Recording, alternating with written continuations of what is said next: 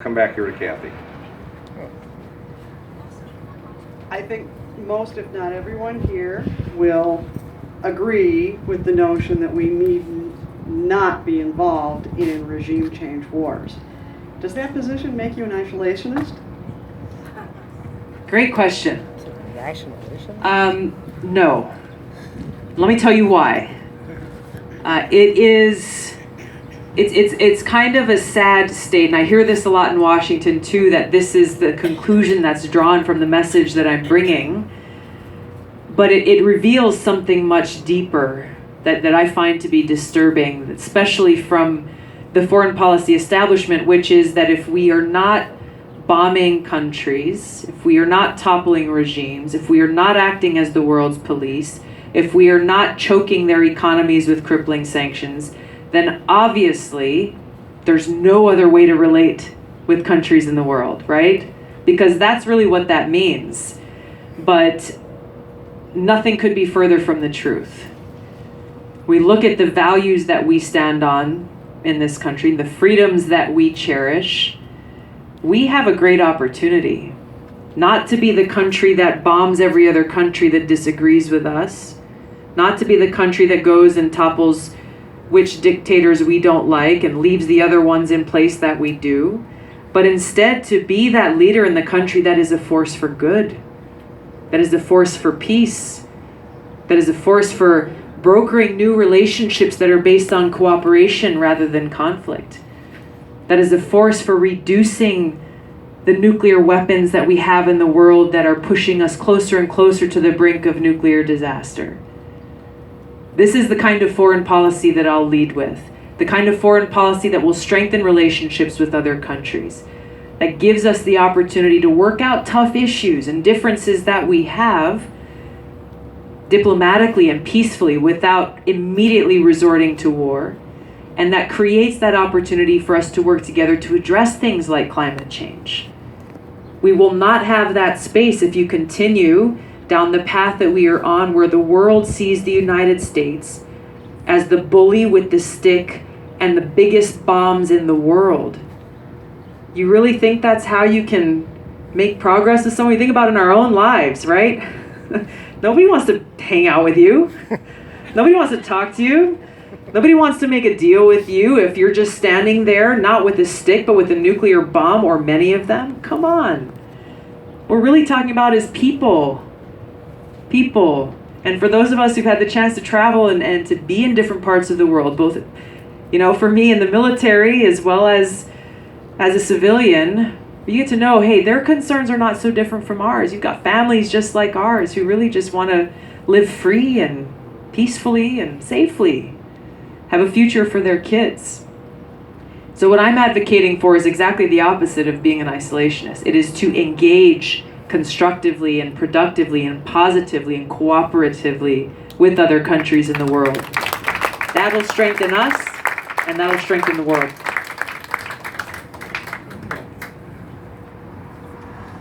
Hi, my name is Phil Engen. I'm with Citizens Climate Lobby. Awesome. First of all, thank you for military and congressional service. We appreciate it very much. This afternoon, I read your Off Fossil Fuels Act, and I want to applaud you for your aggressive goals in there, being off fossil fuels by 2035. That's awesome. When you are president and there is a democratically held Senate, Democratic House, are you still committed to a bipartisan solution to climate change so that we don't get, as what Senator Michael Bennet said in this event yesterday, the ping pong effect, where the next administration or the next election is all about repealing everything that you just accomplished? Yeah, thank you. That's such a great point. And the answer to that is absolutely yes. When I'm talking about uniting our country and bridging these divides that have gotten so deep and destructive, it speaks to that necessity, that it's not just about preaching this when Democrats are in the minority, saying, well, of course you got to work with Republicans because they hold the Senate if you want to get anything done. It's not a matter of only doing this as necessary to accomplish your aim. It's really recognizing that what is necessary is for us to come together as a country so that this is change that will be sustained beyond the next election. I think there are a lot of examples we could point to, but the Affordable Care Act is one of them. where if one party does something all on its own without really trying to get that collaboration with members from the other party, then you end up being sabotaged as soon as the next election happens or if you lose power. This has to be about unifying and lasting change that we need to see, which is why it's so important not to just have these relationships based on convenience. Yeah, I'll be nice to you when I need you. When I don't need you, I'll turn my back away and ignore you. No, it's about really having that sincere relationship that is truly based on the respect that we have for each other as people, and knowing that we can disagree on a whole host of issues, but I know that we can work together on this. That's how we have to make progress that will withstand our lifetimes and those who will come after us.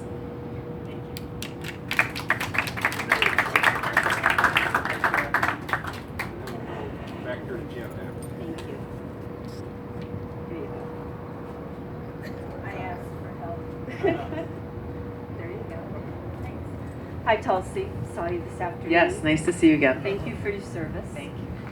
I'm with Save the Children Action Network, and our main goal on everything we do is birth through 5. And this afternoon I was able to talk to you about early childhood. I'm going to switch it up tonight and ask you what you would do as president to stop the war on children, basically at our border and in other countries where schools, which are considered off limit, are being attacked and bombed. These are safe places. It's a worldwide agreement, yet it's happening now.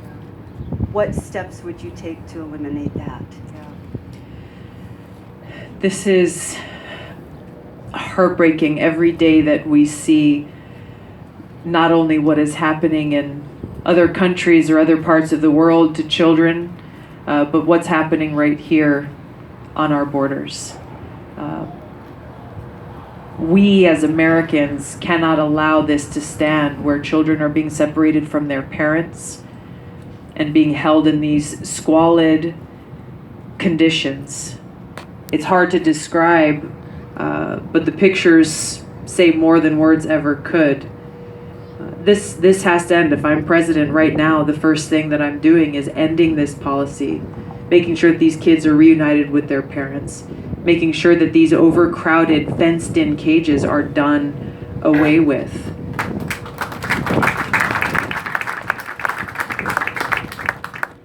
I think it's important as we deal with these immediate challenges that we continue to be reminded about how our immigration system has to be completely reformed.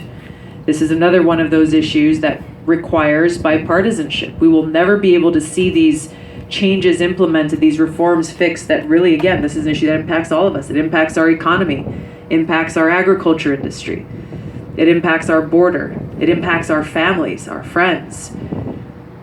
But we have yet to see a comprehensive immigration bill pass Congress because of purely partisan reasons. Even one small sliver of it, not small necessarily, it's significant, but one significant part of that being the DREAM Act that had bipartisan support for introduction, that for my first 6 years in Congress under Republican control, they refused to bring the bill to a floor for a vote. Now we passed it in the House, had some bipartisan support there earlier this year, but the Republicans in the Senate, they're not going to take it up. So this is one of those issues of many that require us to set the partisanship aside and really look at how making progress and finding solutions that are lasting is in all of our best interests. It can't just be about who gets the win for the next election. We've got to think bigger than that and put the country first.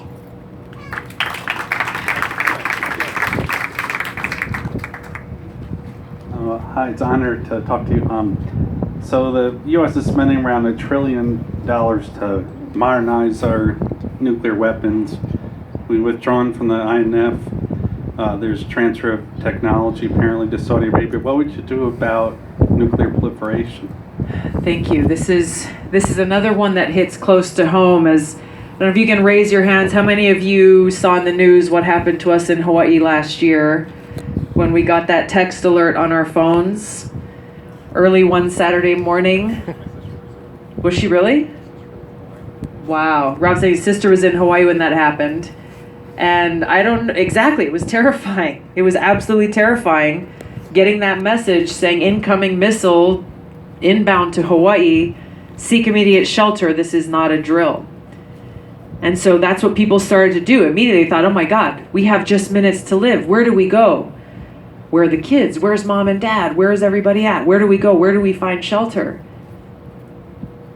Friends of mine, the National Guard, who got in their cars and driving as fast as humanly possible to try to get to their family. Seek immediate shelter. There's no shelter. There is no shelter. That was the horrible hoax that all of this really is we're in a situation now where, as you explained, Jim, is that right? As you explained, we're escalating, leaders in this country are escalating tensions with nuclear armed countries. Trump has torn up the INF treaty. It's kicked off a new nuclear arms race, is pushing to build these low-yield tactical nuclear weapons that are smaller but more powerful and more easy to use, therefore making us less safe, making the world less safe, making it easier for this spark. And all it will take is a spark that will kick off a nuclear war in which there is no winner. There is no winner. You don't win a nuclear war. It's about how many people end up getting completely obliterated and ultimately how our planet will be decimated. And this is, again, how our leaders have failed us. Not telling us, okay, well, you'll have the folks who are immediately incinerated by the blast, but then what about the nuclear winter that follows? That literally kills all of life. All of life. This is the existential threat that we face. So for me, going through that experience in Hawaii, seeing how our leaders have not spent hundreds of trillions of dollars building underground cities for us all to live in, because they've created this threat. That hasn't happened. Maybe they've got bunkers and they're, somewhere they can go and live for a year, wait for the nuclear winter to end. But meanwhile, the rest of us are done for. When we went through that in Hawaii, that was a trigger point for me, and really is what led me to make the decision to run for president.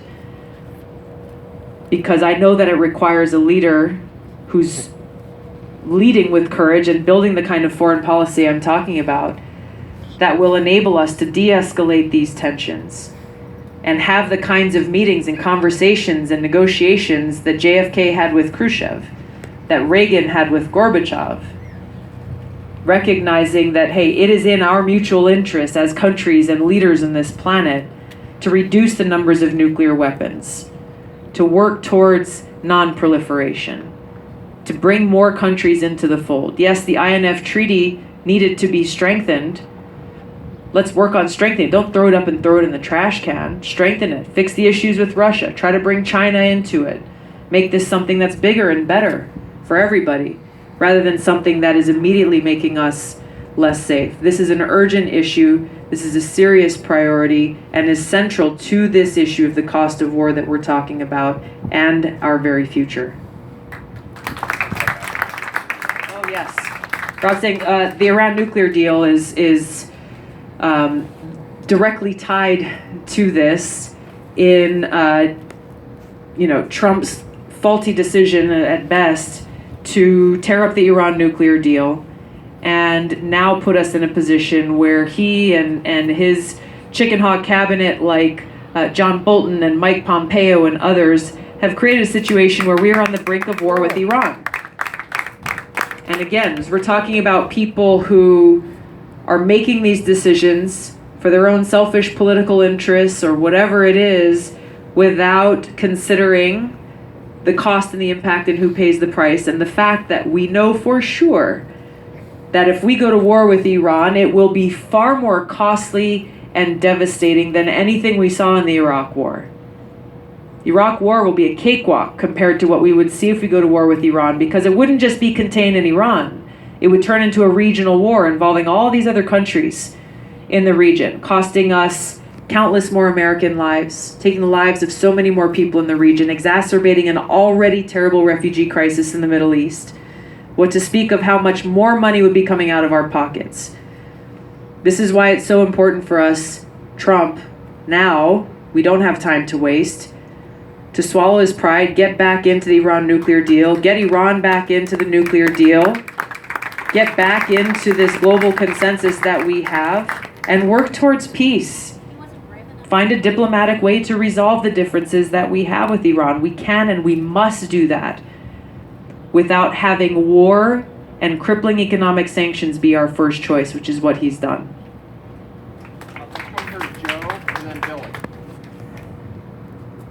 Thank you very much. Joshua Castile is one of our Cedar Rapids veterans that died from a burn pit. Now, the biggest single polluter in the world is the Pentagon. All you got to do is add up the numbers and you can see it. How are we going to bring that into the discussion that you're presenting and goes on every day? Thank you very much. Thank you, Joe. Two main points I want to make on this. One is by making the kind of change in foreign policy that I'll bring to end these wasteful regime change wars that have had us and our troops and military assets deployed in so many different parts of the world where we really have no business being. That will have a huge impact on reducing the footprint that we have in the world. And number two, looking at the investments that we are making within our military infrastructure and making sure that just as we want to and need to do this within our own communities, those investments need to be looked at in a clean, renewable, green energy way. There are advancements that are being made in this regard already. Many of them were halted when this administration took over. Even though we had already made tremendous investment, most of these efforts within the Pentagon were just completely turned off. The funding was stopped towards anything that had to do with more clean energy fuel for our military equipment, trucks, planes, and so forth. This is something that we've got to get back on track. We've already made so much progress, and is essential for us to make sure that, again, we are leading the world and making the right kind of change we need to see.